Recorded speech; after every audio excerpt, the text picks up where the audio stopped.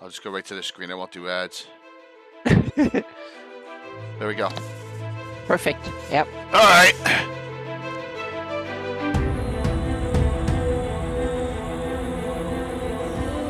That was painful. Can you hear me out there? Can you hear me? Hopefully they can hear us. Sound.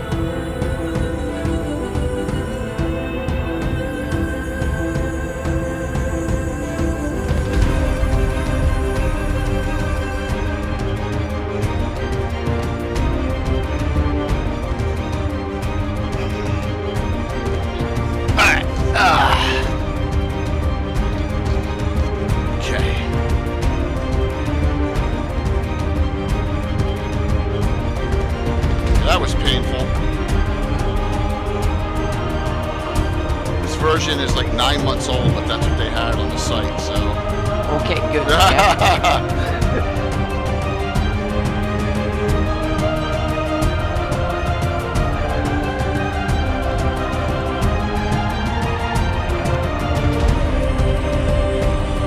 Hello. Got it up after some tech issues. Yep.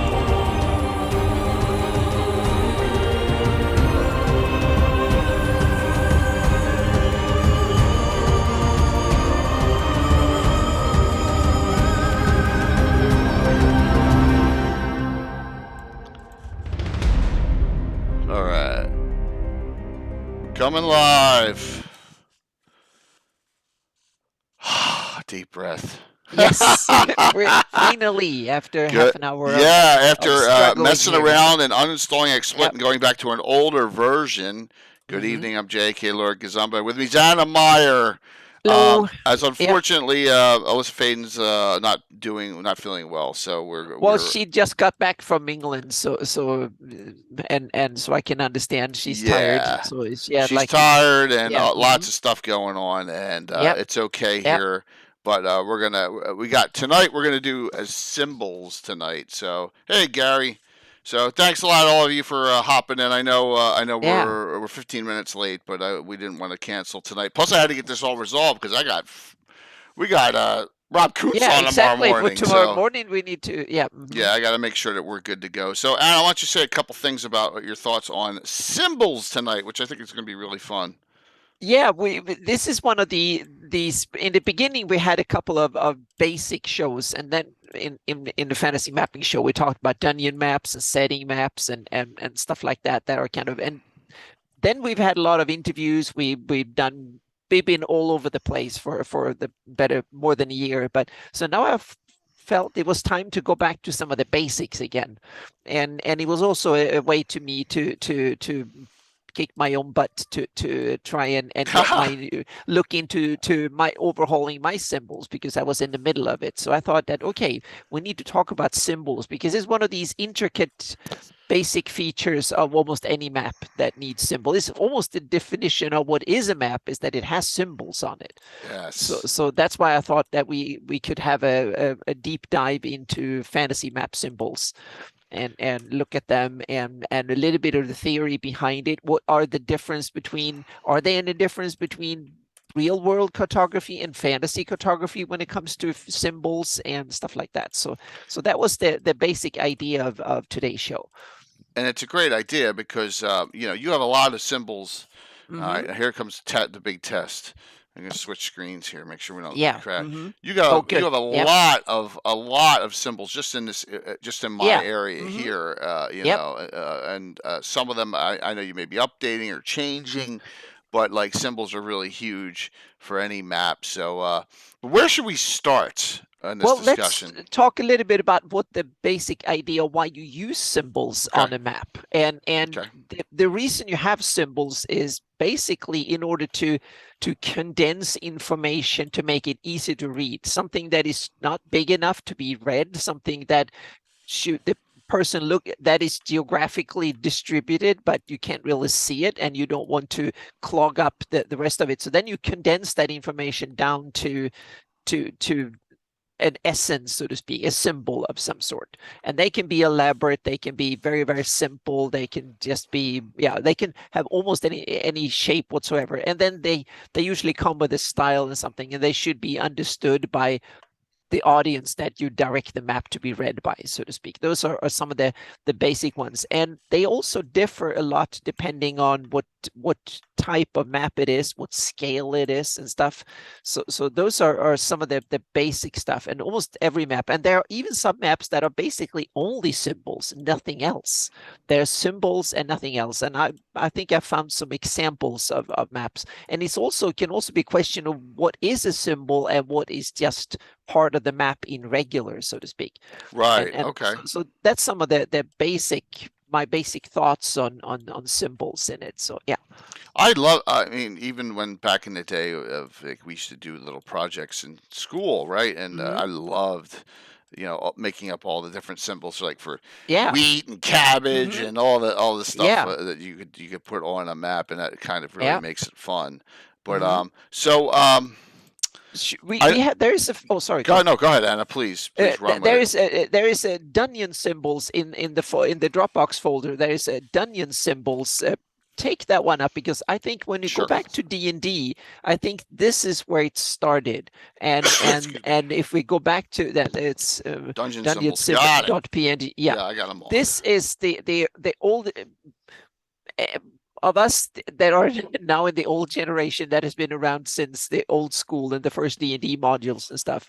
This is an extensive. The early maps didn't have this many symbols, but this, when it comes to Dunyan mapping, the early TSR days and stuff have a symbols list that was pretty much like this. I forgot exactly which module I took this one out of, but this was it could be any of the late 70s. I'm thinking like the G or D series? Yeah, somewhere around there, around 1980. I think it's D1, actually. Yeah, something like that. Yeah, I took a screenshot from one of my PDFs of the really, really old ones and took it in. And it's kind of interesting that these have gone on and become iconic in their own ways. And anyone who played fantasy role-playing games, and especially D&D, for more than 25, 30 years can probably read these without ever looking at the legend again, so to speak. And some of them are like Secret Door, for instance, is kind of, some of them are taken straight from architectural drawings, because that's probably where the inspiration came from. But some of them, like Secret Door and a couple of other ones, are fantasy-esque, so to speak. Some of these I've never used. Like this slide, this one I've never used. Exactly. There's some odd ones here that no, I don't think hardly ever become used, but it's kind of cool to have them there. So yeah, that's an interesting one too. Yeah, and arrow slits and stuff like that. So and then of course there is the old school version of this that people remember, the blue one, and I made this is a fake blue, because this adventure wasn't printed in blue, but we can just mention it just for fun. So a lot of adventures were printed. The map were printed on the inside of the cover, usually in blue, and that was the map, and the legend was printed in blue, pretty much this blue color. And the reason for that was that copy machines back in the late 70s, early 80s, up until the 90s, couldn't read blue color much. So that way they were copy protected in a way. So all Xerox copies and other machines. So yeah, that's where the blue map came from. And I think there's still publishers out there who use blue maps to this day, because it's became traditional D&D or traditional role-playing games to have blue maps with blue symbols. Yeah. So I remember the days of the mimeograph, and it was like purplish and bluish or whatever. But so wow. I mean, I guess we're thinking, when did a good copying machine come out? And I guess it was like in the early 80s, right? It was the 70s. Yeah, right? I think it was, the digital copy technology. It came with the laser printer technology, I think. And that was like early 80s, I think it started. But they cost thousands and thousands of dollars. And they also needed to be able to scan the image in some ways and then print it out. And that required some computing power and stuff too. So it took off in the early 90s, late 80s. That's where funny. I remember them. Yep. Yeah, and a lot of it was I liked it. I just thought it was different to have the color of blue cool. over the color of black, and I guess you don't even think about where that all comes from in the beginning. Xerox could not copy.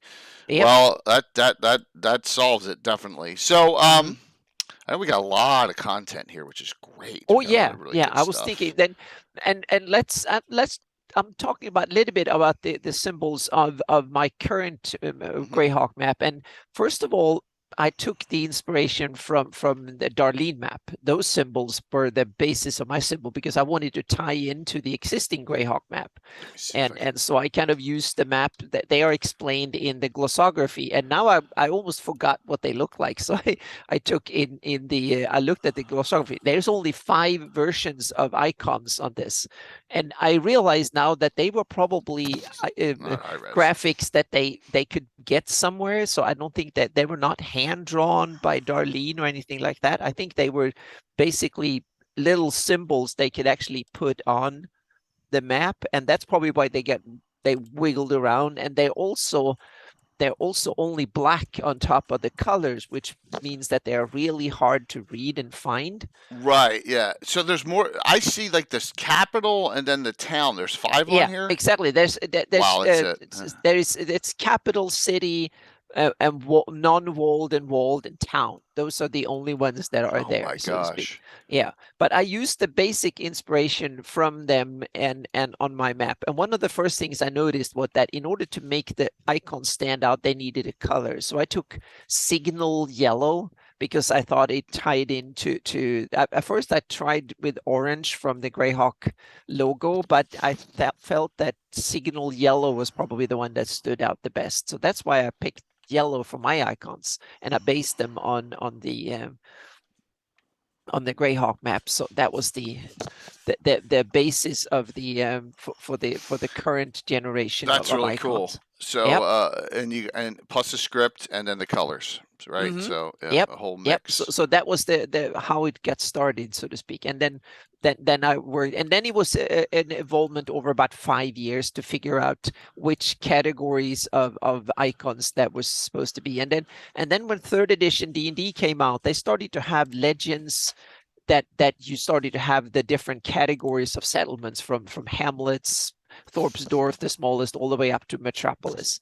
And that's when I established the different shapes, the cities and stuff. So I basically took Metropolis where I took the symbols. Metropolis were big squares, and cities are hexagonal, towns are round, and village are 5 sides to them, and small structures are small squares, and then hamlets and thorps are little squiggly things.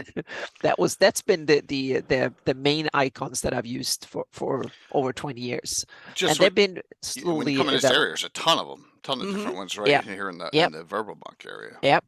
So that's the tricky bit. But then comes the other complexity, and that is complexity, meaning how many different icons can you or should you use and combine them all, so to speak, because you want a system that works and they can encompass all the stuff you want, but you also want a newbie or someone who looks at the map the first time to have some sort of idea of what it is.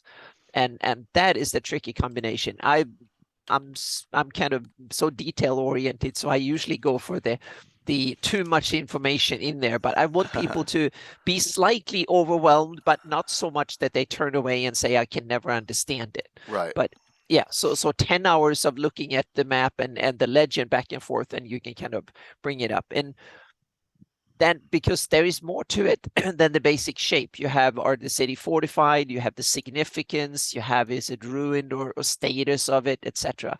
And then, so I try to get a lot of stuff in there. So there's more to the icons than meet the eye from the start, so to speak. And now I've developed them even further. So yeah, because I noticed some of these have blue around them.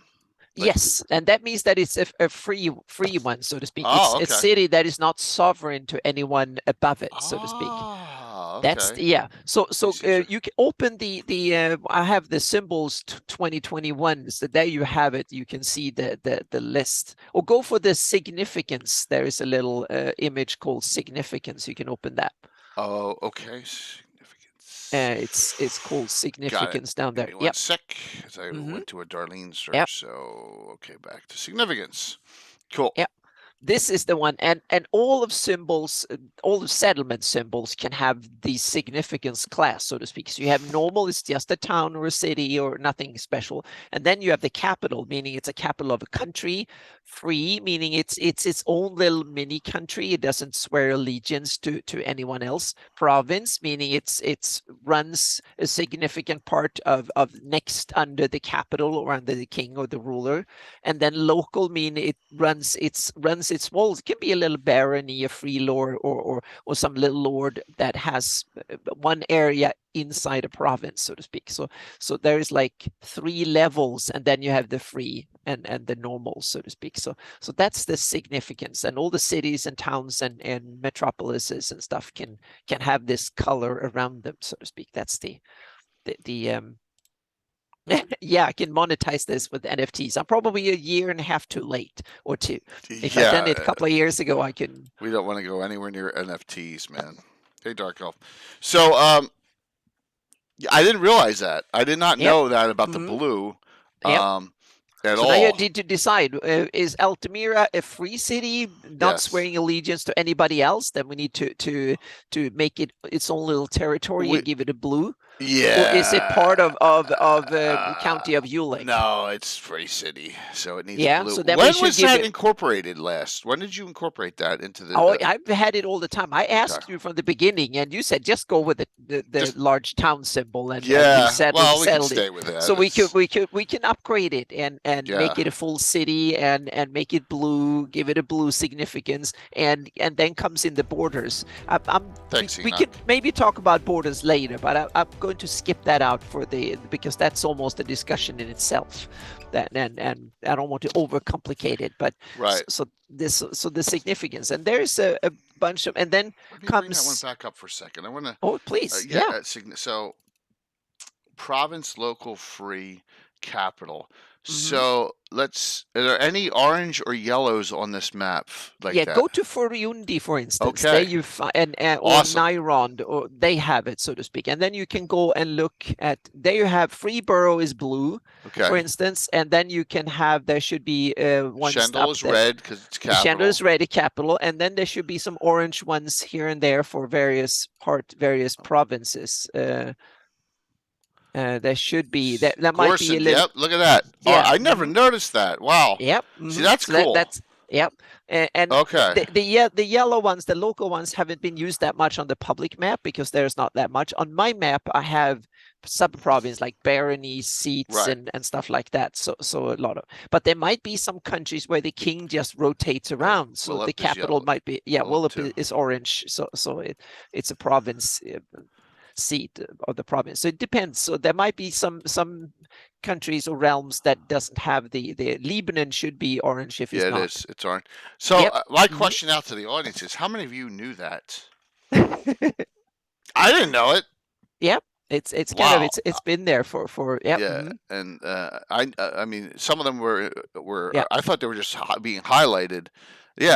Isn't that cool? Yeah. I mean, I didn't. So we just learned something new about Anna's Greyhawk map that I had no idea about. So and we have one that is classic, is the Free City of Greyhawk, which in later in 598 map should probably be read as a capital, because it's now ruling such a large area that it's definitely rivaling several countries.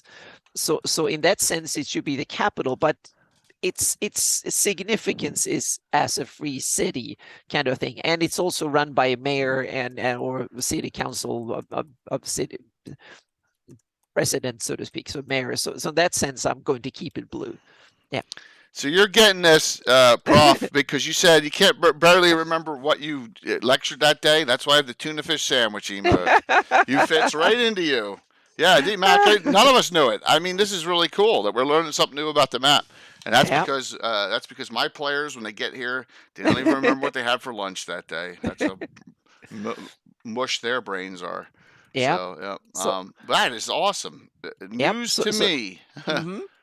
So and it's also that begs the question also, meaning how much information do you want to cram into an icon, so to speak? Meaning I might have overdone it, and for instance, look at the Midgard symbols, and we can look at the symbols that are used on the Midgard maps. Yep. Mm-hmm. Now these are as an alternative, and then we can look at the whole series, and because there's more aspects. By the way, we need to get on Wolfgang. I'm gonna do a little Wolfgang bitching here. Mm-hmm. Yeah, we need to. I saw him on a stream with 3 viewers. Okay, well, then we need, he needs to come on and talk about Black Flag, about the new cool stuff that Kobold are doing and stuff. Yes, do you want which Midgard do we want? Midgard symbols show. There we go. Yeah, this is, I just made this one today. It's cool. I put together the top and the bottom. So this is the list. I've taken the legend from the poster map, Midgard poster map, and put together. So these are all the symbols that are used on the map, and these aren't anywhere near as complex as the ones I'm using on my Greyhawk map, and it's basically because I inherited most of these, because Jonathan Roberts did a map originally. That's Midgard, Jonathan Roberts. Mm-hmm. Yeah, take that one up. Oh wow! It's a little of his. Yeah. That's just overdone. His map. So I don't know. I think he made them. At least he introduced them on the original Midgard map, and I was so intimidated because that year this was the third map that Jonathan Robert had done that I had to redo in a new version of, and Jonathan Robert had just become the coolest fantasy mapping guy ever in history, because he was the one that Game of Thrones launched, and he had done the Game of Thrones maps, and then I was asked to upgrade his map, and I was like, can I do this? Wow. This is kind of tough. So hi, Curtis. Yeah, good to see you, Curtis. This sorry, by the way, sorry everyone for late. Something's wrong with the latest version of XSplit, so I went back to the older version that I was able to download. And now it's clean. I'm just gonna stay with this one until something, whatever the heck's going on there. It's annoying, but I'm not complaining here because I don't use Midgard, but all I see are names on this map. I don't see any of the other detail beyond it. It's a little bit cluttered. Yep, it's a little bit cluttered, and that's the another problem. And my map, my Flanese map, is definitely over cluttered in certain areas, and that's the tricky bit. Is that in order for a map to work properly, when you come to a certain level of, then you need to filter the icons you have. So you need to select, like, if you have an area large enough, then filter out everything smaller than a town. If you have shrink or enlarge the smaller scale, then you remove even towns. You only see cities and capitals, etc. And that's tricky when you have prints and you take a print and make it into digital. Digital maps you can zoom in on, prints you can't really, and this is also not fully. So there you go. So we can do that here.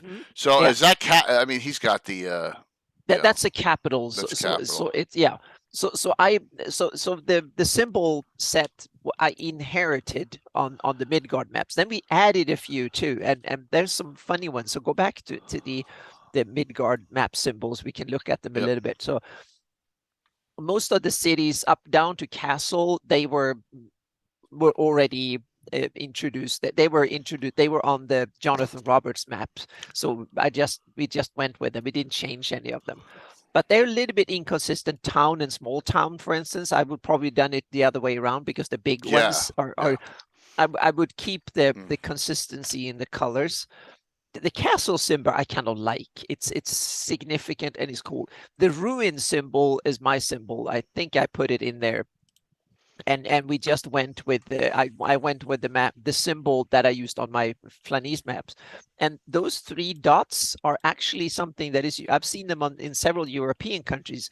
They use that symbol for old stuff, old tourist traps that you want, if there's like an old castle or something over the hill, and you have it. So I made a version of that they will use. So that's why I got the ruin symbol from, so to speak, or that symbol. I use it for old historical sites, and then I have the site symbol. Yeah. And here, that's the one I made a version from that I used on my maps, and I introduced that symbol because it's very great to have a symbol for these odd things that don't match up to anything. It can just be an old milestone. It can be a site where have magical properties or any weird things that just stand out, and just call it site. That covers all the weird stuff that you just want to have there. And some of them might be clearly marked and visible. Some of them might just be odd, and you need a magical detect magic in order to notice that there's something different, or so on. So yeah, why have a Stonehenge symbol on a Maker map? It's again, I'm falling back to my European heritage. Okay. These are the symbols that are often used for old megalith stuff. We had 1-2 miles from where I grew up. We had to use one of these big rock megalith graves from the late Stone Age that look like that. So a lot of symbols that we used for old touristy historic stuff look like that. So that's why I took the idea from it and went with it. I made new versions. We can look at them later for my upgraded Greyhawk maps.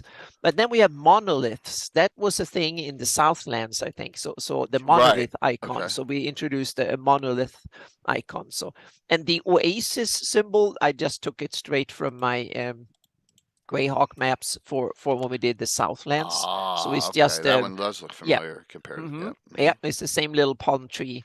And then World Tree, that is actually a Selene tree that I just made wider. and I realize now that it actually looks better in wider versions. So now looking at it, I'm going to make it wider on the Greyhawk symbols as well, because it actually looks better. And World Trees is interesting. They have these enormous trees that grows in certain parts of the world, and they call them World Trees. So okay. So they're in there. And the old battlefield and mines, they were, mine I think is a good symbol to have, and it's basically a shovel and a pick that are crossed over. And here is a problem when you have two icons like old battlefield and mines that both are things that are crossed over. If you zoom away, they look very, very similar. That's why I choose to have a white roundel under one of them and not under the other one, because that way you can distinguish them even when you can't see them clearly. So that was a way of making similar ones.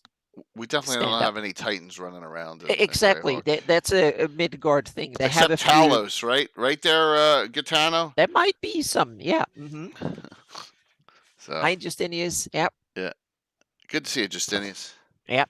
So there's a tricky one. You should want to have symbols that are different, meaning that stand out. So if you have one overcrossed X-like symbol, you should not have any other X-like symbols and stuff. So, and also work with the size a bit. The bigger thing, and sometimes it's on a legend, you want to have all the symbols equal size, but I think it's good to have a representation of how big they are so people can understand I'm looking for something huge or something tiny.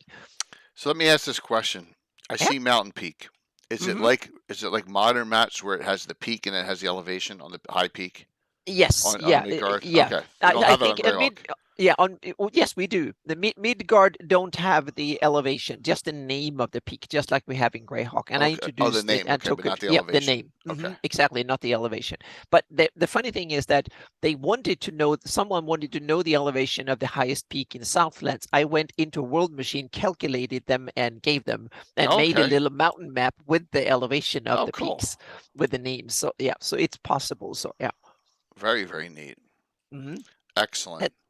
And then you have a special floating mountain that is it's something that I don't think it's been used on any published map yet, but it was on the legend, so to speak. So it might be coming. All right, so it's something for Midgard that has not happened yet. Okay. Yeah. Yep. Well, that's cool. I mean, that's nowhere near as many as are on the Greyhawk map.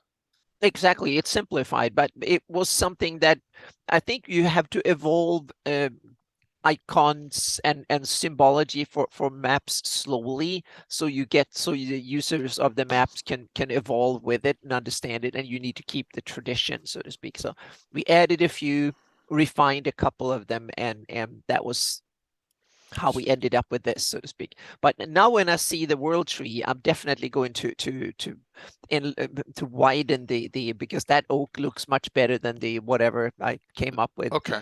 Yeah, from the Celine one. So I'm going to see if I can make it a little bit wider, so to speak. Yeah.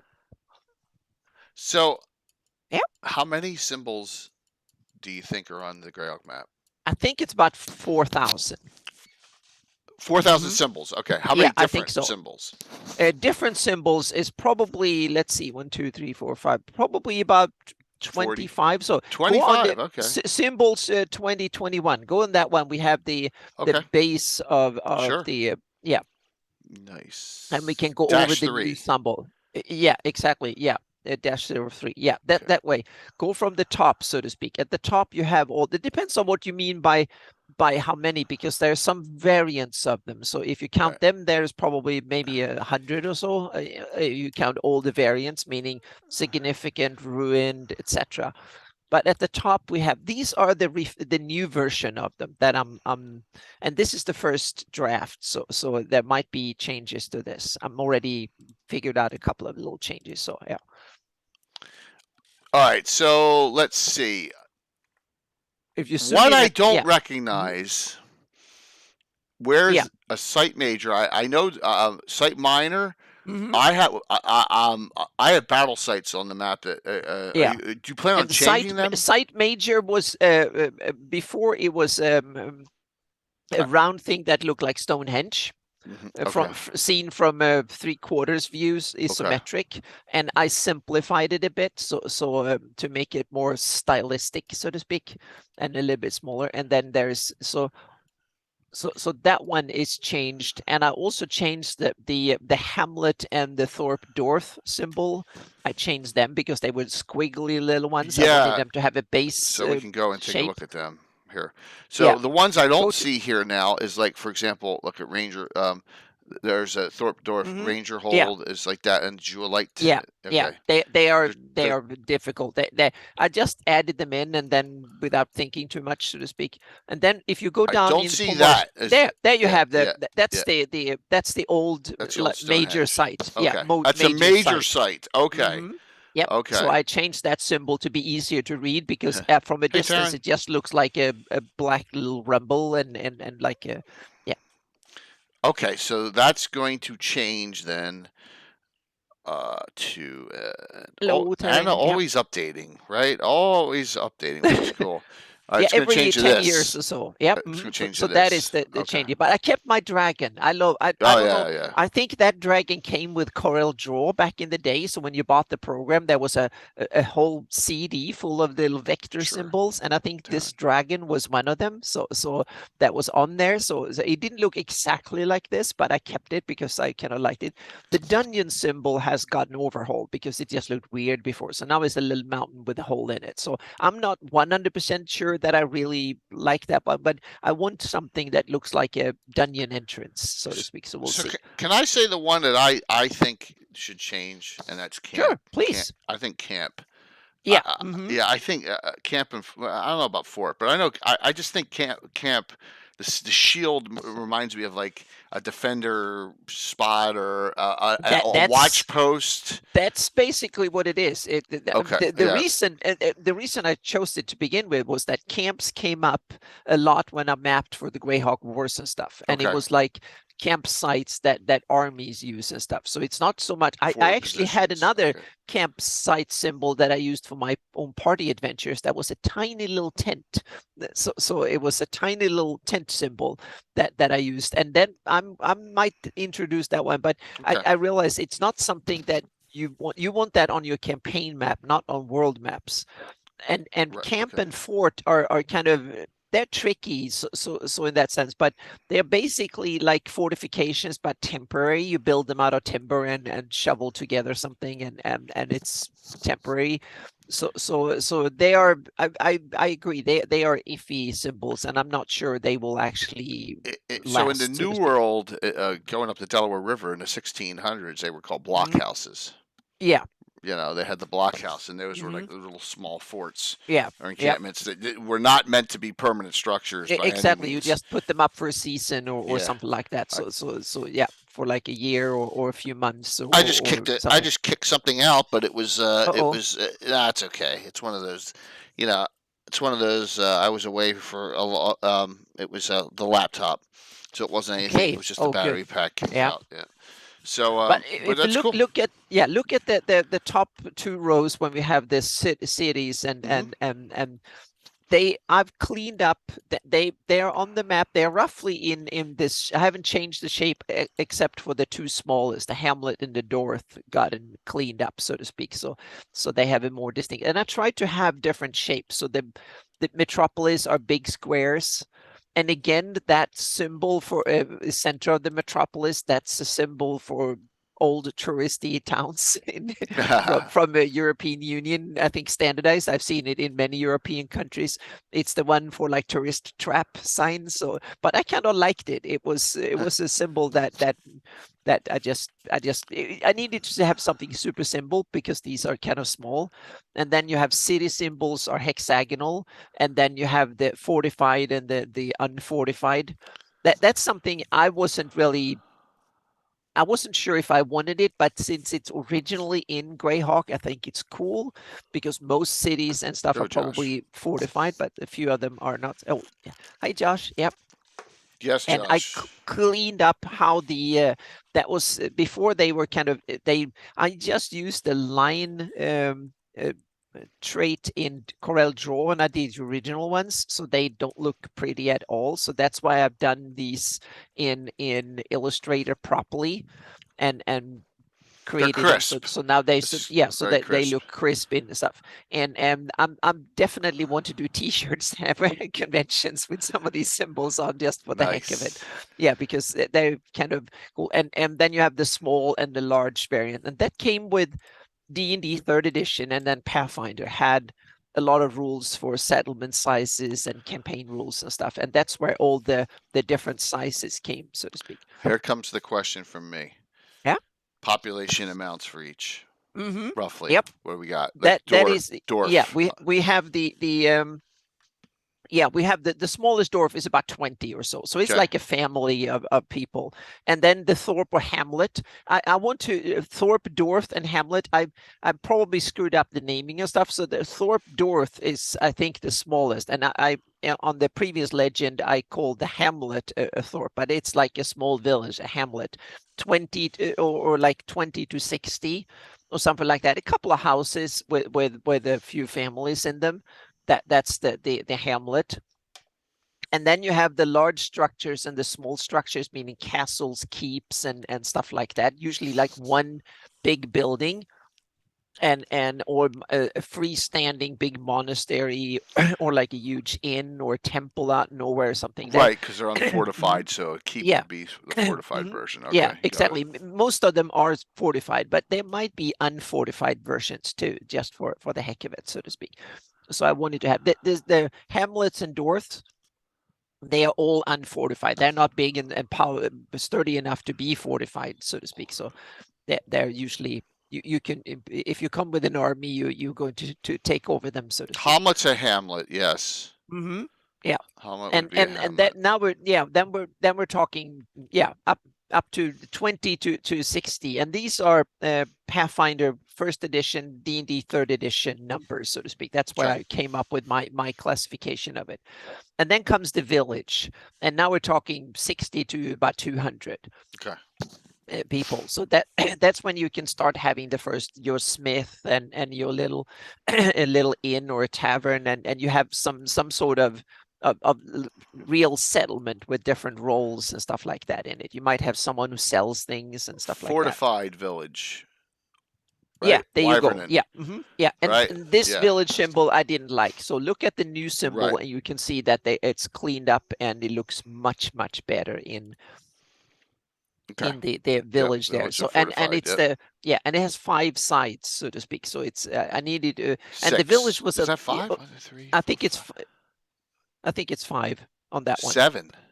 Oh, it's a 7. Sorry, Village, yes. Village So has got 7. 7 Yeah, now. yeah, Yeah. yeah. Because cities are 6, so then it's 7. Yeah. So Okay. it's yeah. So it's so I was thinking about doing triangles or something. So I have the 5 and the triangles and 5 left for things. I haven't. So I was thinking about doing Hamlet or have a different side, but they're not diversified enough, so to speak. But after the upgrade, I think I like the fortified village a lot, so to speak. So now I think it feels, and I also made it a little bit bigger compared to the other ones. Okay. So that way it's kind of the town now we're coming in 200 to 2,000 people. Okay. The small towns. Oops, and that's the classic roundel, like the classic roundel with a dot in the middle. So anything under 2,000 you'd say is a village? Yeah, over 2,000 is a large town. So 200 to 2,000 is a small town. Yeah. All right, 200 to 2,000. Yeah, it's in that size when you start having all the basic functions, meaning you start having someone who is a Will Smith. You have is a smith, someone who's a baker, someone who's can do all carpenters and all the basic trades and crafts and stuff starting to be there, like an inn or a tavern, and all the stuff that we normally associate with a settlement are probably there in a small town. So, like a majority of these are small towns. Yeah, they're small towns. They're probably the most used on the map. Fortified and unfortified. Oh yeah, the most common settlement. So Hamlet you have is a small town, so there's over 200 there now. So there you go, Josh. It's or whoever asked that question. Hamlet is not a village; it's a small town. Yeah, it was something that it was originally written as a village with probably a few hundred people, but then it became bigger than 200 in the latest edition when they and we have the horrible return to to the Temple of Elemental Evil. That's when it's a town. So, and I didn't even have to say it this time. You said it. I know, I said it. So yeah. And there is even a map in that adventure when they show it as a town. Okay. All right. Very cool. And you go from small town, which is up to 2,000, to large town. 2,000 to 5,000. 2 to 5. Yeah, and one of the issues I had was to have a dot in the middle. At first, I wanted to have small towns without a dot and then have a dot on the big ones because that will be an obvious difference. The problem is it's really hard to see the difference between a village and a small town if they're all a black. Right, so you just went to the dot. So I kept the dots actually. So you're gonna have to add a lot of dots then. Yeah. So no, I already have it that way. Okay. But I want originally that was one of my. So I tested it and it didn't work out. So that's why I kept the town. So the roundel with a dot in it, and the large town is a bit bigger with a circle in it. So that's up to 5,000, and then you go from over 5 to small city. 5 to 10 is a small city. Okay. Small city. And so currently on your map, I have a large town, not a small city. Exactly. That's the thing. You need to figure out how many. Well, that'll come as we finalize everything and put everyone who's in there, and we'll figure out where it is. So you might need an upgrade all of a sudden. Might need an upgrade on this map. So, okay, very cool. And so that is up to 10. And then beyond that is Metropolis. Large city is 10 to 25. 10 to 25. Yeah, and Metropolis is 25,000 upwards, so to speak, or above 25,000. Yeah, this could be a wood wall. This is not a stone wall necessarily around a village. That could, exactly. Fortified. It could be, a lot of villages will probably have more like an earth wall with like a wooden top and stuff like that, or just boulders. So a proper stone wall, it's probably towns and upwards that have that. But defenses that are built on earth walls or mounds can be really, really effective. Yeah, all right. So, and then the Metropolis, which we know some of the local metropolises we have would be, Greyhawk. Well, we have up Greyhawk, Divers, Willip, and stuff like that. And then the big ones back in the east, like Relmord, Reldevon, Rossies and stuff. They are metropolises. What about like Neoldra? Neoldra, I think, is a metropolis. I think so. I think it's big enough to be a metropolis. At least I upgraded it because the population numbers are, and it's also one that has been exactly. That was, I think, one of the categories. I think it was part of the empire saying that we are so secure we don't even need it. I think it was more like a political statement. And the reason I saw someone made a map of it that barely had any walls. Gradsol's a metropolis too. Wow. Yes, and walled. So yeah, it's a big port city. And then you have Gryrax. There is a metropolis east of it there too. Yep. Yeah, and Principality Ulick. So here's a question: what Saltmarsh? Yeah, a large town. Large town.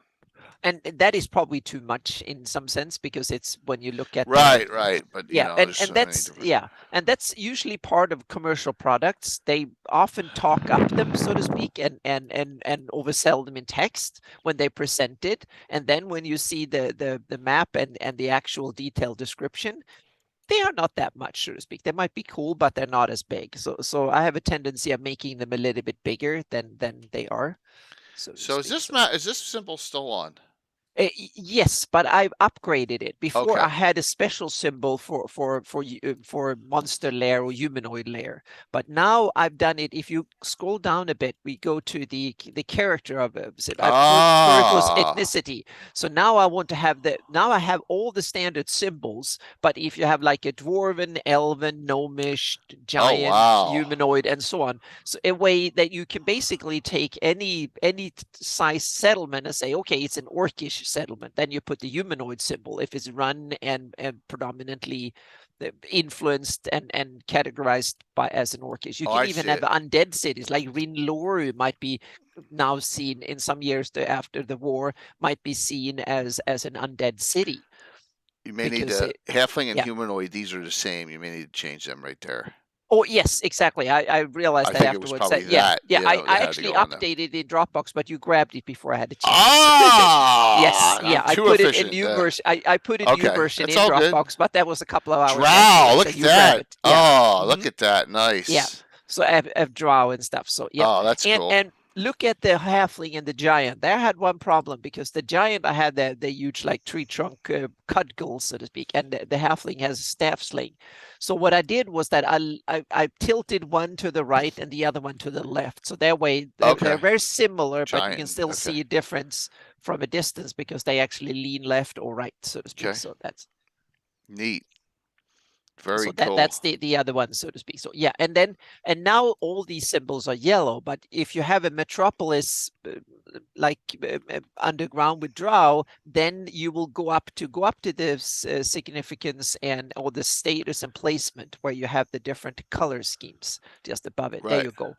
So a Drow city would be underground, so it would be purple instead of yellow, unless it's at the surface, so to speak. So and the some of the colors here, the flowed in the submerged, I need to change them, because when you have dark blue on a dark blue ocean, that means that so I need to I'm going to have them blue, but I want to find two other blue versions that are much cyan may work. Yeah, exactly. That stands out more. So I'm going to change those colors.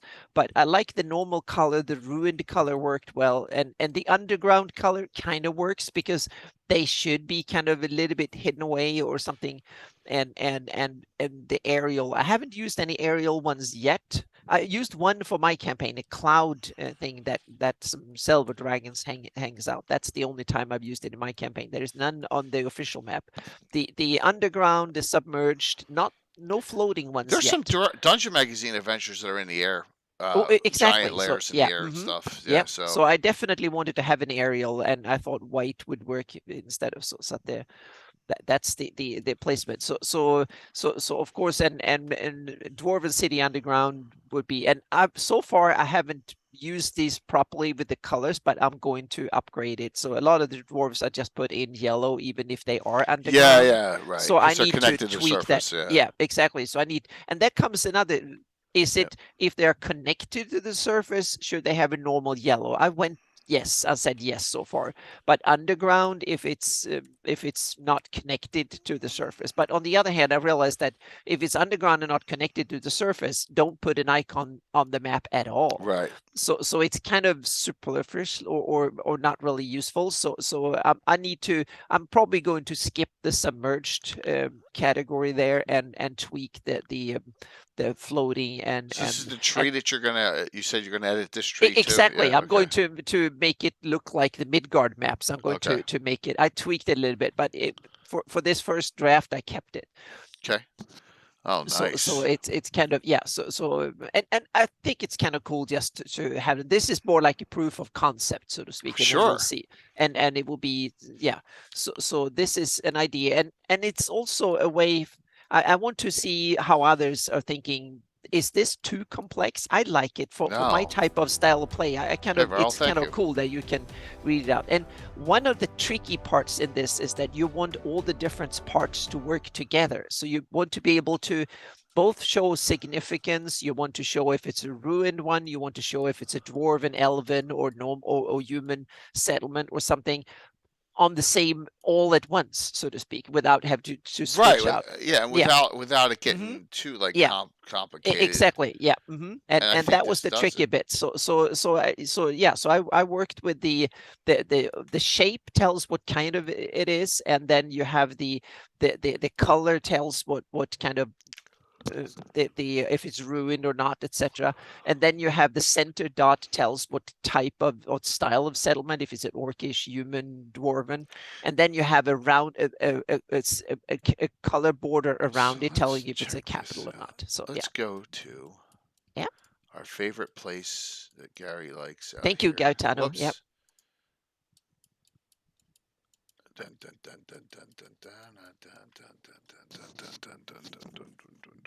That would have to change, right?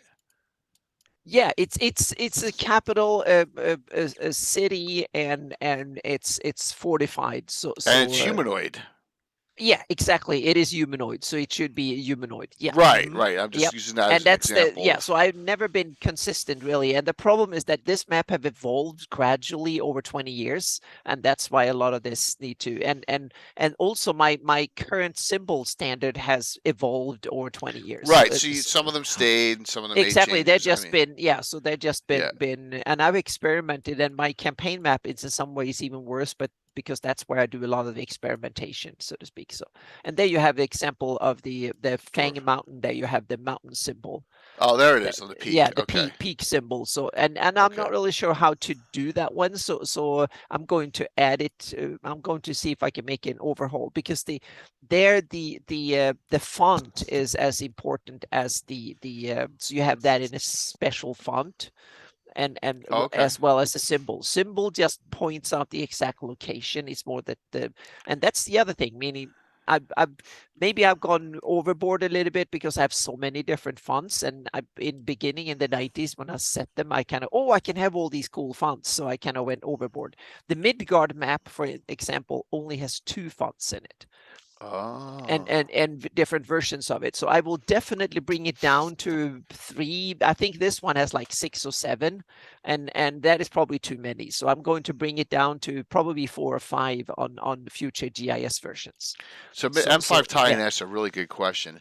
And is there a cutoff where certain symbols aren't included if you print display map at a lower resolution or scale?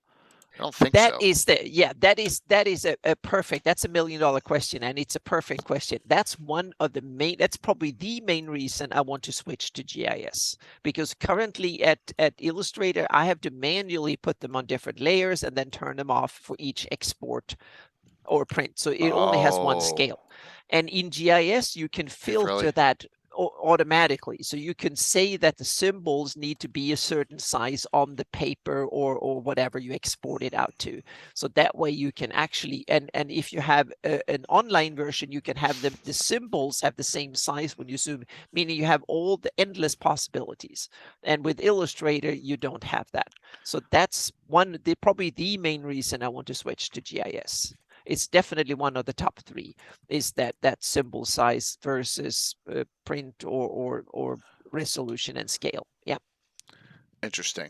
But it's a great question. Okay. Yep. Yeah. All right, good. I just want to make sure. First, so I left on Tuesday. I packed a bunch of stuff up Monday night, first 5 or whatever, got them out. My wife took them to the post office because we were closed on Monday, and people have gotten their stuff already. That's great to hear. Yeah, it's really, really great to hear. So, CMD Rock US. Hey, good to see you. Yeah. Good evening. Yeah. So once again, I apologize. We got on late. The newest 6 split is just effed. So I went back to one almost a year ago, and now it's running great. So it's got to be that. Yeah. Yep. But it took me a while. It took me about a half hour of messing around with it after I had prepped everything up, and it was good. So, wow, that's I love it. I do. Yeah. I may add. Well, it depends. It depends. Like if you're doing an underground campaign setting, you may want to have an aboleth and you may want to have a Croatoan, but only exactly. if you're right. Yeah. So we need to definitely. That's the other thing is that this is the starter set for the overland maps, and then we have this is also for the scale of world scale.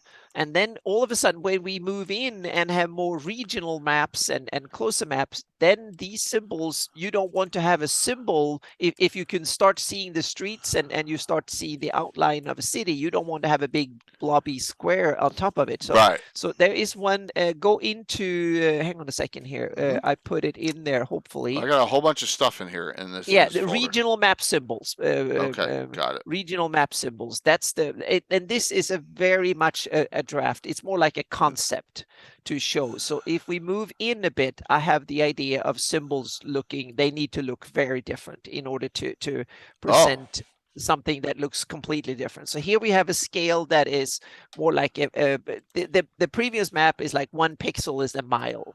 And that means that you can just have a dot saying it's a town or something. But now this on this scale is 1 pixel is about 100 feet. And that means that all of a sudden we can see the outline of roads, we can see where settlements are and stuff. So we need to, and in order to simplify it and so in this case, you need the symbols to very quickly give you an overview of the map. So here we have roads, we have yellow, and the colors might need to be tweaked and so on. But basic idea, so we have yellow for where people live, where you have houses and stuff, urban areas in some form of settlement.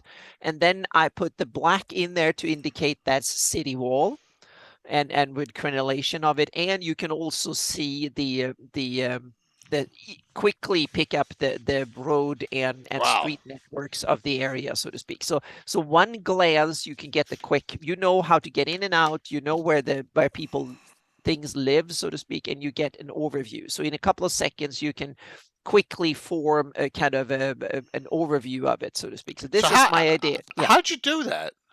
Like, this is done in Illustrator. It's just so it's a layer in Illustrator over top of it. Okay. Oh yeah, it's a quick and dirty job in Illustrator. This is something that will be done in GIS and looking better than this, so to speak, on top of it. But it's a way of doing for your, if you want to have a whole barony, a map that covers like 20-30 miles in each direction, you want to have it roughly at this. So not close enough that you can see individual houses really, but big enough that you can see the 4 or 5 houses there, or the 10 houses over there, and the major streets through a city and stuff. So you know where roughly, you can see here where the gates in and out of the city, where the suburbs are, you can see where the people live, and you can see where the bridges are and stuff.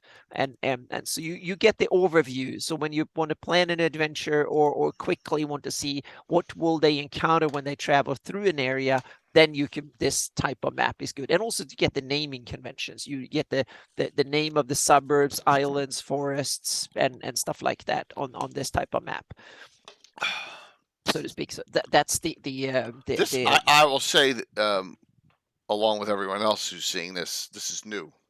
Yeah. Oh yeah, concept. This is a quick and dirty concept. So yeah, this is me getting into the GIS era. I need to start thinking how to present maps in different scales with different purposes stuff. So for different purposes and uses. That's exactly right. Yeah, that's exactly right. And that's one of the beauties you can have when you have.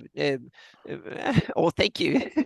Mental in a good way. Yeah. Yeah, that's great. So it's just like you have maps in the real world for all sorts of things. When a company starts planning this, sales. When you have UPS starts planning their routes, they need another type of map. When a pilot plans his flight, he needs another type of map. When you're an Uber driver and you want to figure out where to go, if you're going to visit Disneyland, you want a map that you can figure out what's at Disneyland, etc., etc.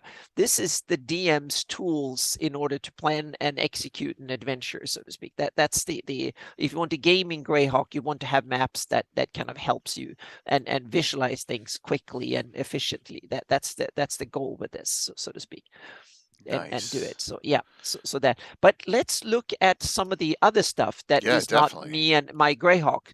And symbols meaning my symbols are very stylized, simple vector forms and shapes. But a lot of maps have others. Look, color symbols is a file, meaning symbols can be, this is someone selling a symbol set to, I forgot who, but someone is selling a symbol set, and this was the advertisement. And I think it was representative of, if you want to have like a regional or Kingdom Overland map, a lot of map like Campaign Cartographer, a lot of these mapping tools, Incarnate, Dungeon Fog, etc. They come with map sets, like symbol sets like this. And for a lot of fantasy mapping, this is exactly what you want. You want inspirational, cool looking stuff that is colorful and cute and has a different style. But you know what it is when you look at it. Exactly. And here's the cool thing. Here, these things, meaning I put a little symbol in the middle of mine, but here you can, instead of have regular houses, you can have an orc hut, or you can have something special for dwarves that looks like a dwarven fort. You can have a tree house for elves, etc. So it's very easy. You can convey a lot of information. So just because these are pretty pictures doesn't mean that they convey less information. On the other hand, they in many ways they can present more information. So it's just a different way of doing it. So for a lot of fantasy mapping, this I think is the right way to go. And most fantasy cartography have this type of iconography or symbols for different things. So it's kind of cool. You have on the different trees on the left, you have baobab trees, palm trees, oak trees, and all sorts of stuff that I think is really cool.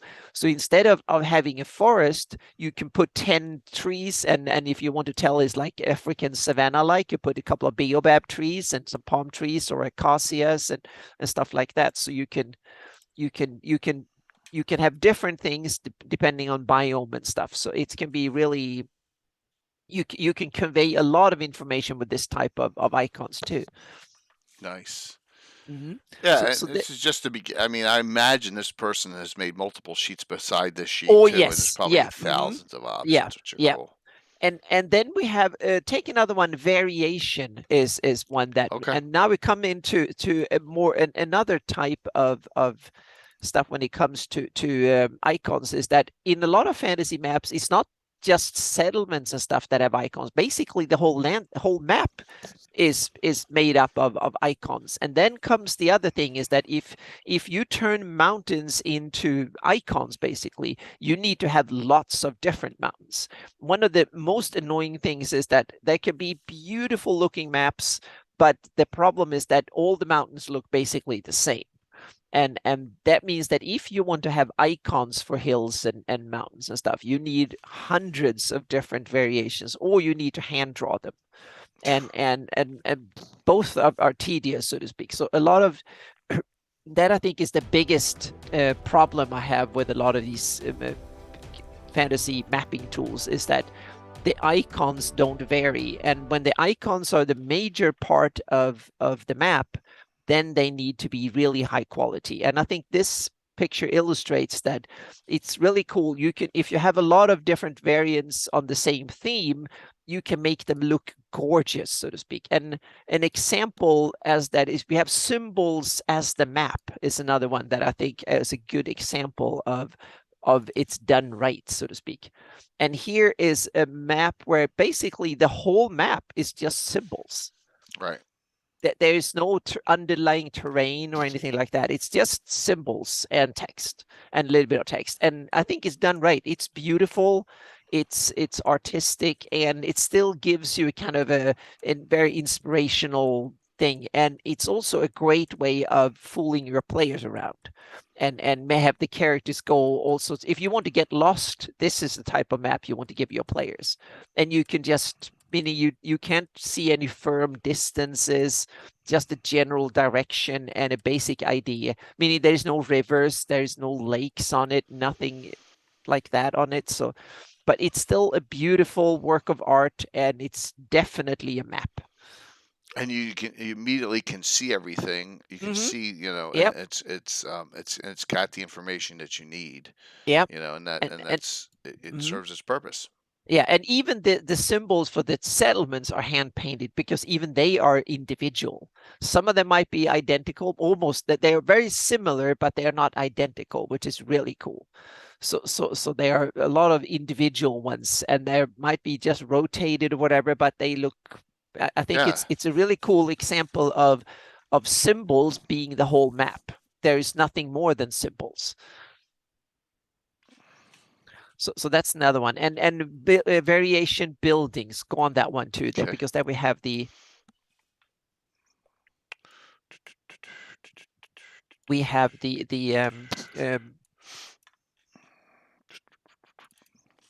boom.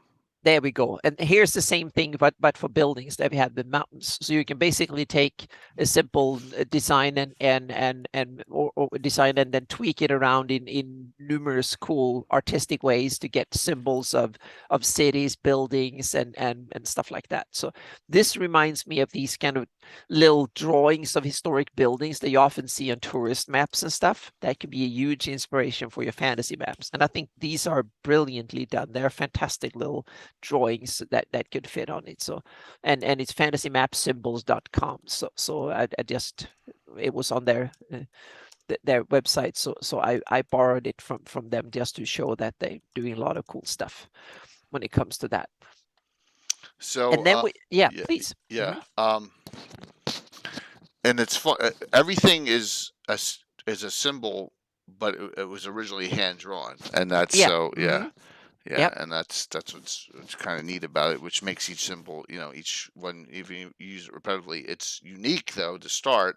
Yeah. But then you can use it repetitively. Like the column, I'm assuming this column is going to be used multiple times. Exactly. Right? You can probably use it for all sorts of stuff. And there's also a kind of a slipping slope or gradual change between what is a symbol and what is an illustration.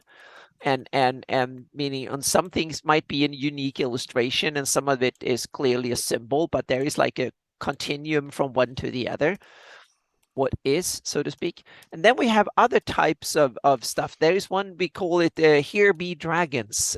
That one I think is worth looking at a little bit, because that's the other classic ones where we have things that aren't really a symbol, but they are really part of the iconography of maps, so to speak. And it's the classic sea monster out in the ocean, or Here Be Dragons, where you have unknown lands and stuff. And that's an old tradition that were on medieval and historic maps, where they hadn't discovered things and they didn't know what was. They drew some sort of giant squid or a ship or something that was like, and was like, Here Be Dragons. It was unknown, terra incognita or something like that. So they didn't know what it was. And that tradition and I think it's a cool tradition that has been kept up into modern day fantasy mapping. And these are just an example taken from one of these.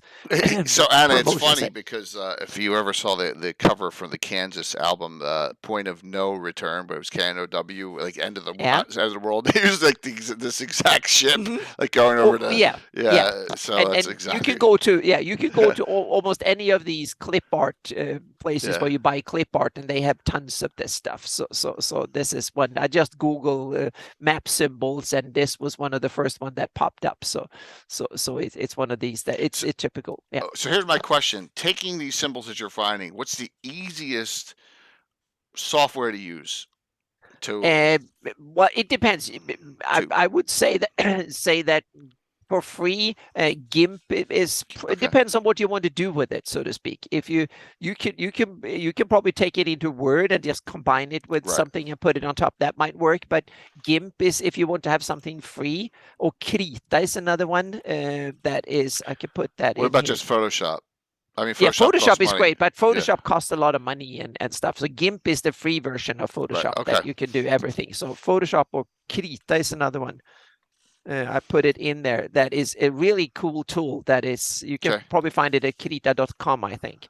I pronounce it Swedish because it's actually made by a bunch of Swedes, so it's an open source just like GIMP. It's a really cool tool. So you could use that, and if you were doing something for your own, like making your own module on there, it would be, you wouldn't have any copyright issues. No, that's with these things. That's a problem, so to speak. But that's and I think it's really worth talking about.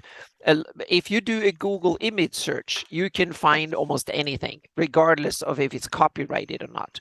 Google usually put a little disclaimer. I think they always do, like this might be copyrighted unless it's specifically stated, so to speak. And so what you need to Affinity is another good one. So yeah, that you get for a one-time fee. But so when it comes to finding them, if you want to be safe, you make sure that you go to a page that it is stated that is open source, Creative Commons, or something similar like that. Or you go to one of these clip art sites and you pay $1 or $2, maybe 50 cents to $2, and you get an image with the stuff. Usually you can buy a whole pack for like $5, and then you can use them, so to speak, and save the receipt somewhere just in case someone comes after you, so you have it. Right. Yeah, so to speak, and also or use one of the cartography tools like Campaign Cartographer, Dungeon Fog, Arkinforce, Wonderdraft. There's a whole bunch of them. They have all this stuff built in that you can use. So that's the other way of doing it. Excellent. Yeah, and also speaking of finding things on the internet, go to there is on the internet. There is a file on the internet.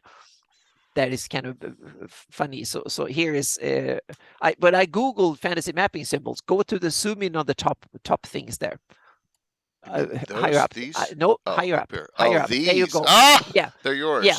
So they were, but yeah, that was a version, meaning someone put it licensed personal use, and they don't. Yeah. So someone. So meaning if you put something on the internet, someone will grab it, put it into a package and try and sell it or give it away, so to speak. So funny. Oh yeah, it happens all the time. So if you put something online just for your friends on Facebook, someone will vacuum it up and put it together, and it will end up on Pinterest or on a Chinese carpet or something. You just, whatever you put on, graphics on the internet has been industrialized and to an almost eerily scary way, so to speak, and it's so and in this case they haven't done anything real wrong, so to speak, so don't hang out Clip Art Library for doing anything wrong. They actually they haven't attributed me on the page right away, which is no big thing, and these are Creative Commons or not licensed in any way, so they haven't done anything real wrong when it comes to me, but they hoover up anything you put on the internet is hoovered up, and within days or hours or minutes you will find them packaged on various sites like this and for sale or whatever. I haven't seen too many times when my maps have been for sale, they skip that, but for print there's several Chinese, I think they are Chinese, some of them were actually Australian guy, but I think they are Chinese, most of them, and then they are selling prints on carpets, shower curtains, wallpaper, whatever, with my maps and stuff on it. And the weird thing is that yeah, exactly, and all the official, and the funny thing is that they know they're doing something wrong because they scrub away my license information. When I email them and say, can you just keep, I say, I have no problem with you printing it, I said, can you just please keep my name on it? Then they took it all down. Oh my gosh.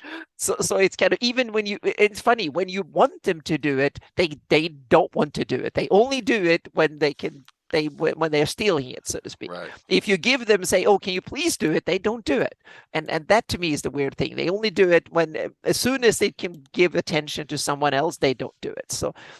But it's one of these things that is, it's part of this day and age. So just be prepped for it. If you put a map out for your little game, it will if it's a good one, it will go haywire, so to speak. So that's part of the problem. Well, that's good to know that what sucks, but it's good to know. Oh yeah, in this sense, it doesn't suck because I want these to be used. So this one says Corvair map colored. Yes, exactly. Go in there. Yeah, let's take a look at that one. Yeah. I put that one in there for a reason, and now I just need to remember Lightning what reason. Rail. That looks like your tracks almost. Yeah. Yeah. Now you have. Oh, you have the wrong setup. Oh, so we can't say. Yeah, you see Bing Me. Oh, I am being dumb. Oh, it's okay. No worries. My bad, everyone. Boom. Yeah, I needed. This is kind of an homage to Ed Greenwood and stuff. This is kind of a version of the Forgotten Realms maps and stuff. And I think I think it's an interesting. I think it's a version of from Forgotten Realms, but I thought it was interesting because there you have part of the landscape is the right one that the right row there that is really, or column that is really most interesting, I think, because you have all these types of terrain that makes up the map. It's actually part of they are symbols, and you can more things than you think are actually symbols. If it's not an accurate replication of what's out there, like a satellite image or an accurate drawing, it's basically a symbol. And here you have a lot of things that are like canyon rifts and different type that if you look at them, they just look like a stylized cool terrain. But when you think of them in its constituent parts, they are actually the whole thing is made up of symbols. And that I think it's kind of cool. And these are very stylized and very subtle, but they're still there, so to speak. So to read the legend is something that I think you should always pay good attention to the legend, which is also a lot. And also a lot of maps don't have a good legend. And I can tell a lot of people have probably used my maps for years without really reading the legend. And it's one of the things that I put in a lot of hours, and I've even had good consultant help, so to speak, with writing the legend. So that took many hours into it, and it's kind of an underutilized part of a map is the legend or the key. No monks have been harmed in the filming of this yet. So there you go. Yeah, that's awesome. So that one. And when speaking of what is a symbol or not, there is one map of Australia, but you might did you get that in there? Real? Does it say what was the name? No, FBIMG blah blah something. I just put it in, but you might have grabbed it before I. Yeah, unfortunately. Oh yeah, no problem. We skip it. I do have Real World Fantasy Cartography 1, 2, and 3. Is that Real World Fantasy? Show them and we'll look at it. Yeah. Oh yeah, these are my other. Let's go into them. Okay. These are my detailed maps. Once I get into my porta potty scale maps, then we need to have a new way of presenting things. So I'm already thinking about how to present information on this scale map, so to speak, because the problem is that if we put a town symbol of a town, we are hiding the most interesting bits. So here I'm experimenting with having a little guiding line or little like a little that offsets, and then you have the name and a symbol and the heraldry. So here you can see the town itself, Oldit in this case, on the left, here. And then you have a little kind of a guides. Yeah, there you have the actual town, and then you have the symbol, and then the name and the heraldry. So this is kind of an experimental style to see if I can present things, so to speak, this way. So it's a way of doing things on a much smaller scale. Hey, Eric, it's sorry, large scale. Yeah. So is this the 5-foot one or 10 or 15? This is 5 feet per pixel. This is the 5 feet. Yeah. Okay. Yep. This is a 5 feet per pixel, and also you can see the river up there. Just put the name slapped on top of it. So there you go. The Oron River. So and this is just concept ideas. I'm playing with how to present them, so to speak. You probably need to have smaller. I was thinking, should I have smaller text that is much easier to read, or should I have larger that are? So this is really tricky. and to get a style, so to speak? Or should you just have white letters or blue letters that are really stand out and have them small or something? So it's really tricky. So let's see, we got Real World Fantasy 2. Oh, this is the one where you did over the color on it, right? That's yeah, exactly. Here's Dillard. Yeah, here's Dillard, but this you can zoom in on. This is so this is So here you can see individual buildings and stuff. Yeah, I'm Savage Baron. Yeah, these maps are my new generation of Greyhawk maps, that 5 feet per pixel. So you can see individual buildings, individual trees and streets and stuff. So yeah. So this will be where Altamira, and we have some Altamira screenshots here too. So make sure we get to that before we Savage do Baron, that. are you new to Cannon Fire? I know there was a new person on Cannon Fire says they're and a Patreon. I was wondering if that was you. Okay. If it was, just let me know. If I'm wrong, it's okay. Awesome. Yeah. Welcome. I know someone had just joined Cannon Fire today. Said they were Patreon viewers. I got another one here. Oh, you're a long-time lurker. Okay, that's awesome, Savage. I'll take. Yeah, great. Yeah. I appreciate the follow. All right. Yep. And here's another idea of looking at it, so to speak. And here it's not only the map, so to speak, it's the borders as well. And the borders of the map are also something that you can use, not really symbols, but it ties into it. So here what I made is that each of the colors up there, 12, 13, are a mile. Oh, so wow, okay. So you quickly get a sense of the scale of the map. So I'm experimenting with different versions of that. And you should also here and there see the GPS coordinates. They are fake GPS coordinates, by the way. I just put them in there so you can see longitudinal or latitudinal lines in there as well. So these are fake. It's just me to present concept so I know what to aim for, so to speak. So these are concept ideas. But the terrain will be part of the real, so to speak. And there you can see different little settlements with their information and stuff. So in there. Because you're doing this scale, this is opening up all these opportunities for making these enhancements. Yeah, exactly. And also because the current icons we've had on the world map, they don't fit this type of map, so to speak, or they need to be used in a different way. And the same thing when we go to isometric, when you see it like isometric map where you can see the 3D, then you need a new way of presenting it. So icons can be used in more ways than others. So, and are there reference numbers, letters to the separated maps as well, so you can reference them, because the map as one big one is sometimes too big to load? Yes, I have the atlas, and that's basically the only way I've divided it up. Yeah, it's one of the problems with having it as a monolithic atlas or monolithic Illustrator document. That's another reason of going into GIS, because then we can have coordinate systems, we can have GPS, we can split up regional, so it can become like a Rand McNally atlas of Greyhawk, so to speak. Yeah, because this Greyhawk map here usually it's way too big. 200 meg, 250. Oh yeah, it's enormous for this level of resolution. Yeah, it's great if you have a big monitor or a powerful computer. The easy zoom version of it, and let me present you can go. Here is the easy zoom version of my campaign map. I just put it in there. Awesome. There you go. It's probably the easiest, and I can also put in here are the official version of the 590 map. Here's the official 598 map. Easy zoom is probably the easiest way to digest the map, because you can do it in a browser. Even on a phone it works, because it doesn't use up much resources from your computer. So that's some of the easiest way of doing a map, using the map. But depending on the scale and the purpose and stuff, you need different sets of symbols, or you need to present them differently. So here I offset the text and the stuff a little bit, so over part. But the problem is that then you kind of hide other parts of the map. So this type of presentation will probably work really well in digital maps, where you can hide the icons or show them as needed, so to speak. Then something like this might work really well.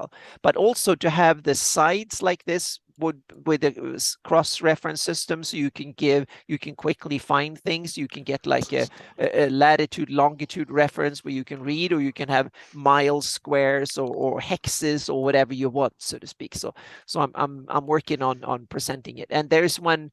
Go to the Real World Fantasy Cartography 4, and you can see the bottom one, so to speak, because there's some more.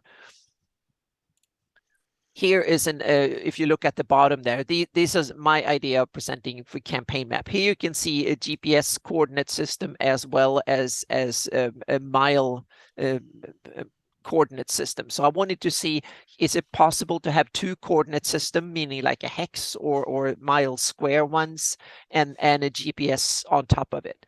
And then there is a scale and stuff like that at the bottom. And you can see where when the map was published, what data set is used, etc. So you can see if the map you're using has the latest data or not, which can also be important. He's Raku asked, if I'm correct, doesn't ArcGIS also have search query possible, so you can type in the name of a place? Yes, exactly. That's one of the the other really good reasons to use GIS, because when you put it in, you can export out a database, you can export out Excel spreadsheet with all the data, you can add stuff in. So if you want to have an online interactive map, when you hover over a town, you can see all the population, you can get links to other places and stuff. So the map becomes a database as well, so to speak. That's kind of built in. So that's my next goal, is to take all the current stuff and then add other stuff and then bring it up to using GIS, so to speak. So and to present my icons here is a first step in order to because I need the icons to work in GIS and stuff. So that's one of the go into using it. So okay, so how are we doing for time and stuff? So you got 5 new Altamira ones in here. Yes, we have some new Altamira. Let's look at, and not going off topic, but this is kind of cool. That's okay. Because there's no symbols on this, but here is a look at Altamira. This is full resolution renders. Oh my gosh. And the reason I took this, because I've worked 2 days of getting a damn lake to work, because the problem is Altamira actually is, you can't render at this scale. I can't render a large area in one go. So I need to render in tiles, meaning a little bit at a time. And then you get inconsistencies where the tiles overlap, so to speak. And you blend them together, but there's still issues. So and this damn lake here, right? Exactly. Yes. Yeah. Yep. So the lake just north of Altamira in this valley here was the problem. The lake on one tile, the lake was higher than on the other tile.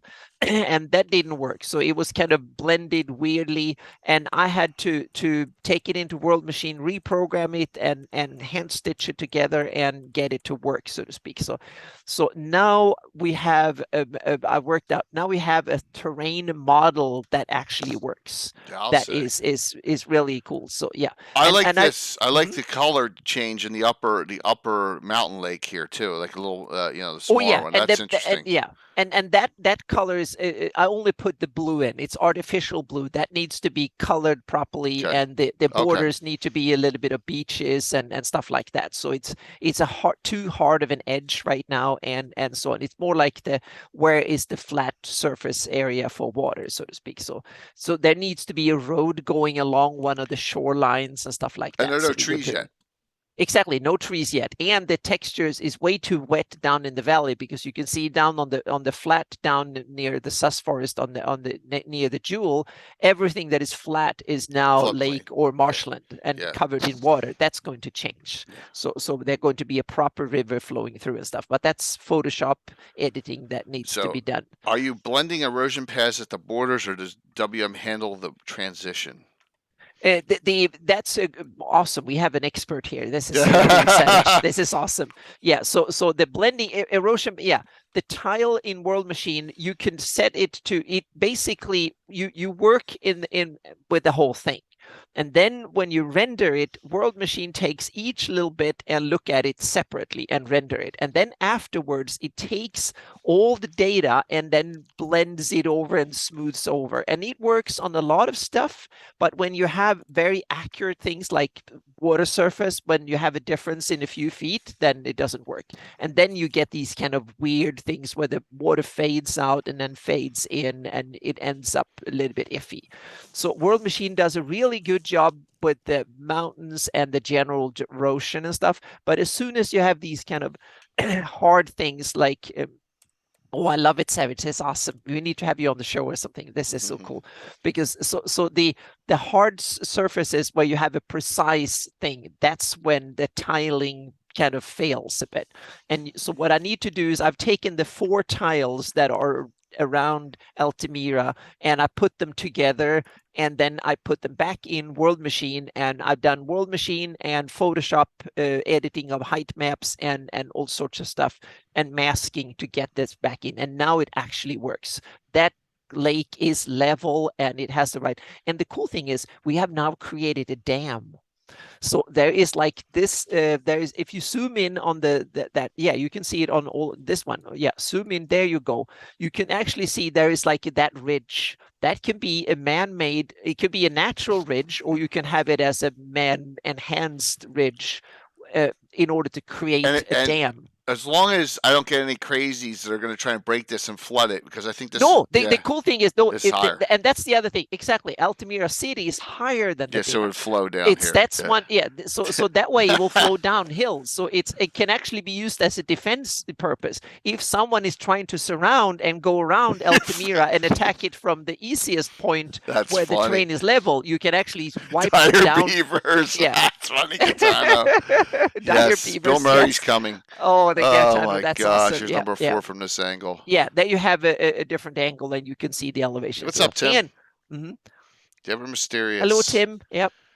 And here we have another interesting. There are some small streams. I haven't painted them in yet, so they're not colored properly. But there we have some smaller rivers, yes, where we can actually lead that water through an aqueduct into the city. Oh, that was my plan. That's nice. I love that idea. Yeah, so we have and now we have Altamira has a very defensible position, enormous amount of fresh water, so they will not run out. They can take a siege forever, basically, and they also have good control, because a lot of these high plateaus up there can be used for agriculture and living and various stuff. So they have a lot of hidden pockets away from the rest. So it's kind of I think it's a cool part of the terrain, so to speak. And here you can see more taken from the lower positions. You can see how high the mountains are. I always take it from this perspective, so I can see if it looks natural or not when you see it more closer to eye level. So this is seen from out in the Sus Forest up here. Yeah, exactly. Yeah. There you are. So this is like if you're flying over the Sus Forest a mile up and you're like 5 miles away from Altamira. Sus Forest / Twilight Wood. Exactly, Twilight Wood. Yes. Yep. Yep. So we'll have to show these to Stephen next week, because our meeting got delayed a week because they're so far behind on that Kickstarter. Well, these are awesome, Anna. It's really exciting. Yeah. Really, so now comes the part of. No, sorry. Go for it. Yeah, so now comes the part getting into Photoshop to edit all the details on the texture, meaning little rivers and where forests are, agricultural land and all that stuff, so to speak. So I will start nagging at Jay every couple of days or something, like a couple of times a week, saying, okay, should the road go here? Do people live here? Do forests, etc., etc. So we're starting to move into that detailing that way. Now we have the terrain model is in place, and first I will do the rivers and these major things that are pure nature, and then once we move into that, we move into forests and then we move into more civilization at the end. So if we look at this map here, you're assuming the lake is in this area here. Exactly, it's under the road there. Yeah. We'll be to the west of it there. So we'll see if we have to redraw the road. So we'll see if we have the road on the west or the east side of the lake. We'll have to figure that out though for air too, as well, and see what you make. Kumquat groves are going to be everywhere, Gary. There's going to be at least one. Yeah, there'll be kumquat groves. Yep. Absolutely. Yeah. Absolutely. So that's the stage. So right now we nail down the geography, the height maps is now working, and everything looks good, so to speak, in the area, the next 20 miles around it, so to speak. So that looks good. So now it's moving in and getting all the details, the rivers, the forest, and stuff like that. And then we move into civilization after that. Fun. And then when we nail down where forest should be, then I'll take it back into World Machine or Gaia and render the trees so they become little knobs in the terrain. So we get the shading and the stuff with the trees in there. And that will make this map shine really, really look cool. It looks a bit naked now with no trees on it. So once we get the trees and stuff in there and get it touched up, I think it will look gorgeous. It's gonna be it's gonna be wonderful. And so so you got a couple other in here we never went over. Like you have exactly. we have this road sign thing, which I took as an example that sometimes symbols can be quirky and cool and stand out and have a shade, so to speak. So I took it as a symbols, and so there's a couple of things like that. They can stand out, and symbol can be also.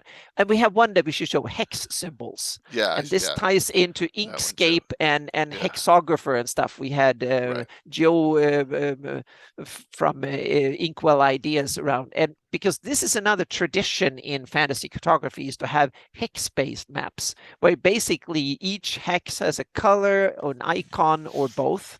And I think it's a cool tradition that really ties into RPG maps, so to speak, or tabletop RPG maps. Too is all hex. Yeah, exactly. Really a lot of maps were based this way, and it's a good tradition. And this was just a quick example of it. And hexographer from Inkwell Ideas is a really cool worldographer, I think it's called now, the latest version of it. That and there are several others that can do hex maps, but there are some cool ones that you and worldographer is a cool one that is completely based on hexes, and that you can make detailed small hexes in big ones, etc. And you put icons, and that way you can quickly, very efficiently do maps of all resolutions and sizes and cover it and do it. So I just wanted to mention it because it's a clear tradition of using symbols in fantasy mapping is the hex map. So sorry we started late. Yep. But we Anna blasted through some great stuff here. I mean, we all learned stuff tonight too. I did not even know that already exist on Anna's map about what type. Now you know why there's blue around some, red around others, and orange around others. For the most part on these maps, and that is because it gives you a determination of a type of town, type of city, and with all the new symbols here, and I think this should probably. When you finalize this, I know it said, what's it say on here? Not that one. It said draft, right? On yours. Oh yeah, it's a draft on the new when that's icons. finalized, that should probably go on a Patreon page or whatever. So, my patrons have. And hang on a second, I can actually find this. Hang on a second here. Yeah, MechBoy. I have them. I can post a link to that file so people can look at it, because I want people to find it. I just need to. And Alyssa will be back for Gary Con's Fantasy Mapping Show. So, which will be we're going to do live from Gary Con. So, we'll be getting into that more. Here we go. Yeah. So I'm going to do people who watch this, because I want people to watch us. So here's a copy of a Dropbox link. Cool. Excellent. There you go. Here's a link where you can see this file with all the icons in its full glory, so to speak. And just by talking about it for half an hour, that means that already I've figured out a few things, and that's great. Wrote a blog post to my patrons about it, so to speak. So yep. As well. Well, let me tell you something, Gary. If I get drunk at Gary Con, I'm going to pay for it. So I had 2.5. I used a half term loosely drinks the last couple nights on my business trip, because I knew next morning I had to get up early, and that's every morning at Gary Con. So I don't know. Maybe Curtis will be, but not me. Not too bad. So, and maybe Anna, and we'll see. I don't know if Ed even drinks. We've got so many people going to be there. It's going to be awesome. Yeah, we'll see. Yep. All right, so why don't we do some Anna? What else is going on shout out wise? And we'll do that, and then I'll go yeah, I what's coming up. posted the icons today, and that was something because I basically chose this topic today because I wanted to kick my butt to get to do it, because I need to. This is something that needs a lot of iterations, because once you put it down, it's a lot of work to change it afterwards. So you want to get it right. So. But then when it comes to it, I'm big into it's Altamira and GaryCon prep. So I posted a little bit of more information, deep dive into the Shieldlands maps and how it is to map the big picture for my. There will be more stuff coming on World Machine, a little bit on the intricate technical sides of actually doing this. So for my top patrons, that will come with the source files too, so you can actually go in and see the World Machine spaghetti on this, so to speak. Nice. Because there's a lot of technical stuff goes into this, because this is really pushing it. I realized no one else, I haven't seen anyone do this with World Machine or any other tool. I've seen a lot of mapping and stuff done, but not on this scale. Not someone that's tried to do thousands of square miles and make it work. And there are some issues with it. But it's getting there, so to speak, and thanks to new computers and stuff, it's possible. Now it's a lot of Photoshop working, and there will be more articles with Photoshop templates and stuff like that. So stay tuned for that. But there will not be that much. There will be kind of a dry spell up until GaryCon. I will. But now I'm actually working on getting as much as possible done, so I have cool stuff to show at GaryCon, and then also to all my patrons after GaryCon. So I will help. I promise to help out Josh with some GaryCon stuff tomorrow as well, after we've talked to Rob, and so that's something I'm really looking forward to. So yep. And then we got to finalize what we're going to do next Wednesday. It's back to normal schedule next week, everyone. Just I'm back from business trip. So let me go here and talk about the next 2 days. And it came together right after the fundraiser. You know, that night after I had my game on Saturday. The next day, I got on a message chat with Ed. I said, so Ed, we got to do a talk show, a Gabbin before GaryCon, just to have one. And he's like, sure, I'm available next Sunday. I'm like, oh, okay. So hold on one sec here as I try to. So, and the only reason Sunday is open now, let me get to Gabbin 236. The only reason Sunday is open now is because Rob Kuntz is at least 6 hour difference, I think. So it'll be 4:00 his time in Corsica, and tomorrow morning it'll be 10 a.m. We'll have Rob. 7 for me. Yep. Yes, will be. I don't know, the biggest name from the original. Dean original. I mean, one of the co-founders of Greyhawk, of all the basic, of all the rules.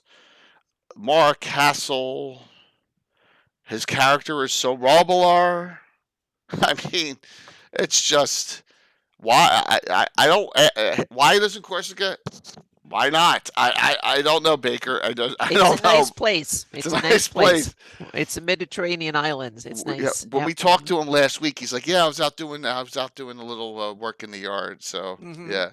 It's warm there too. Yeah, that's true.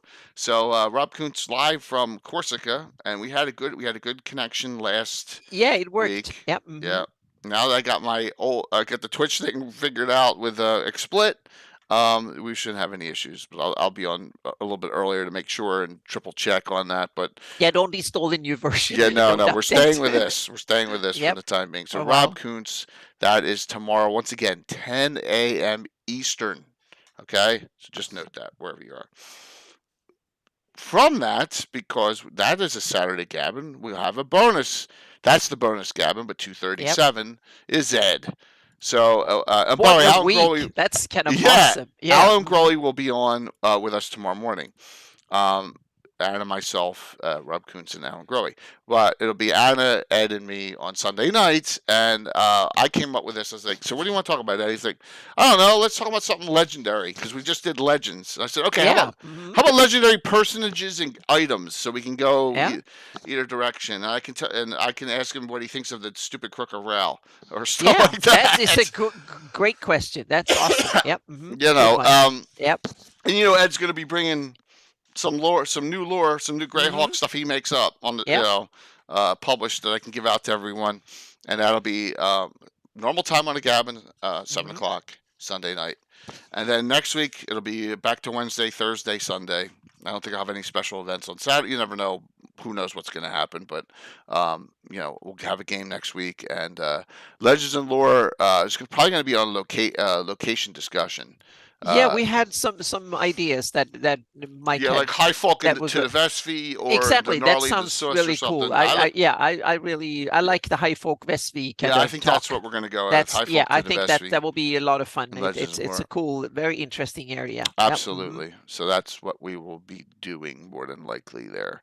And then next week's a whole new week in itself. So we'll continue rocking and rolling with things here once again, and thank you all. I mean, we did $25,415 so far. I haven't closed it out. I'm going to close it out there for the weekend.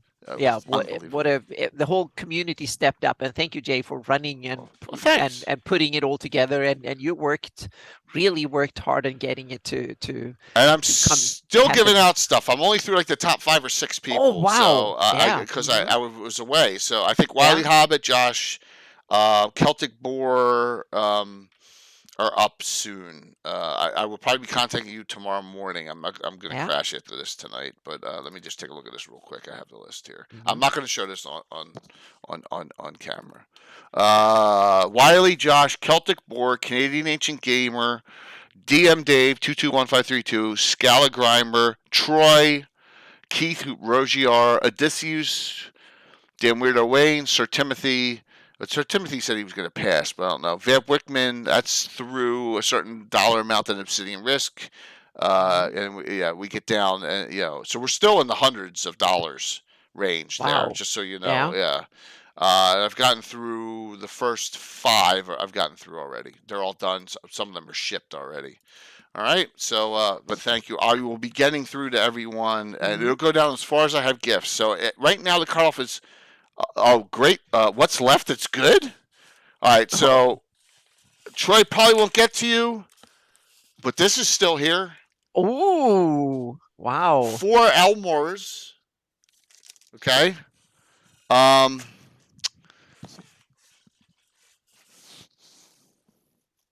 What else is here?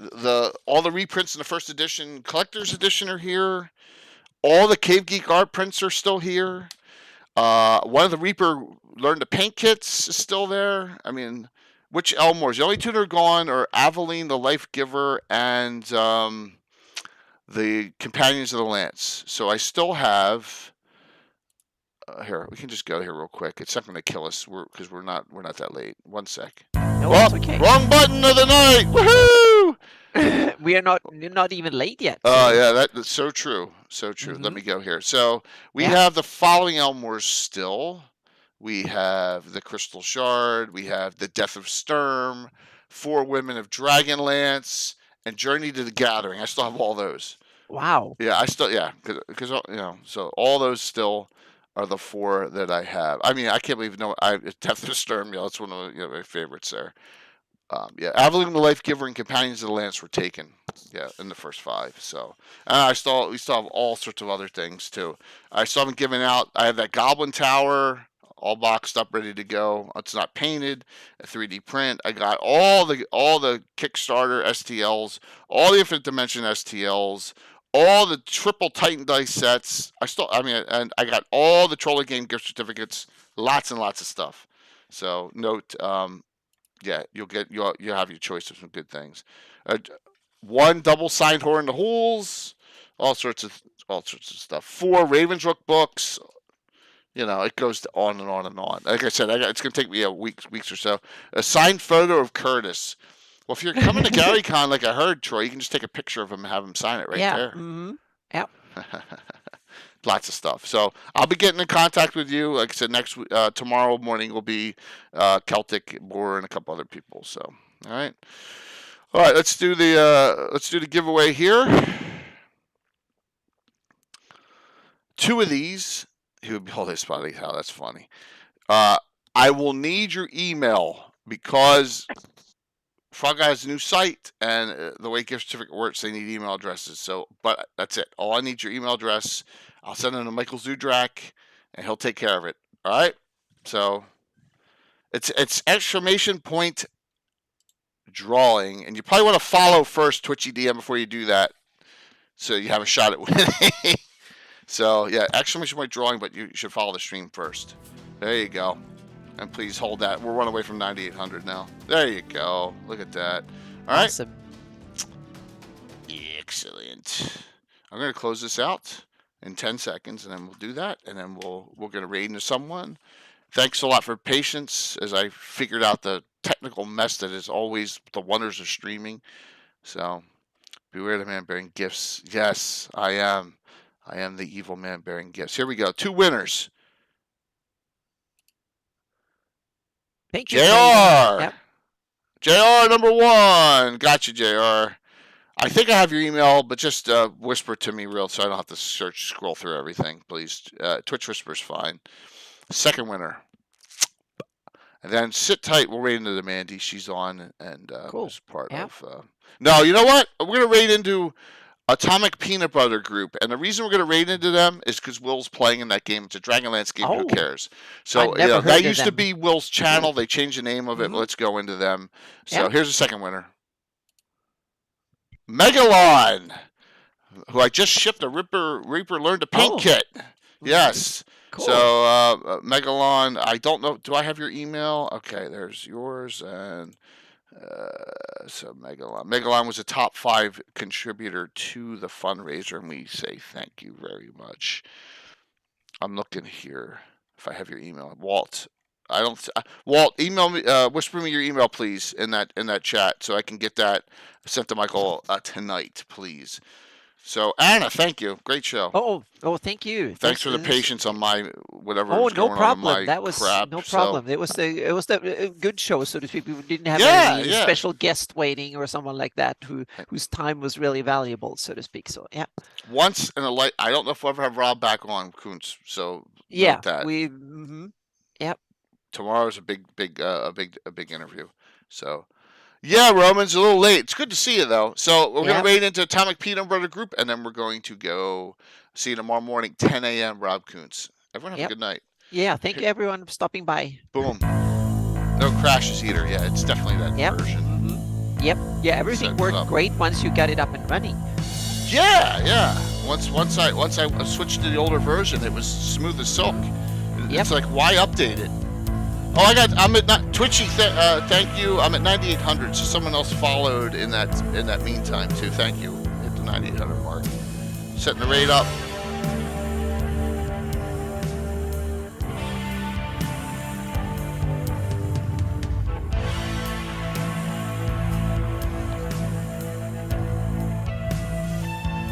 We're playing a lot of games over the weekend, which is cool. Yeah. 5, 4, 3, 2, 1. See you bright and early tomorrow morning.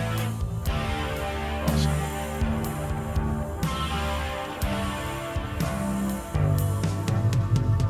Oh, 44, not too bad, but considering we were late. Considering everything that we. Yep.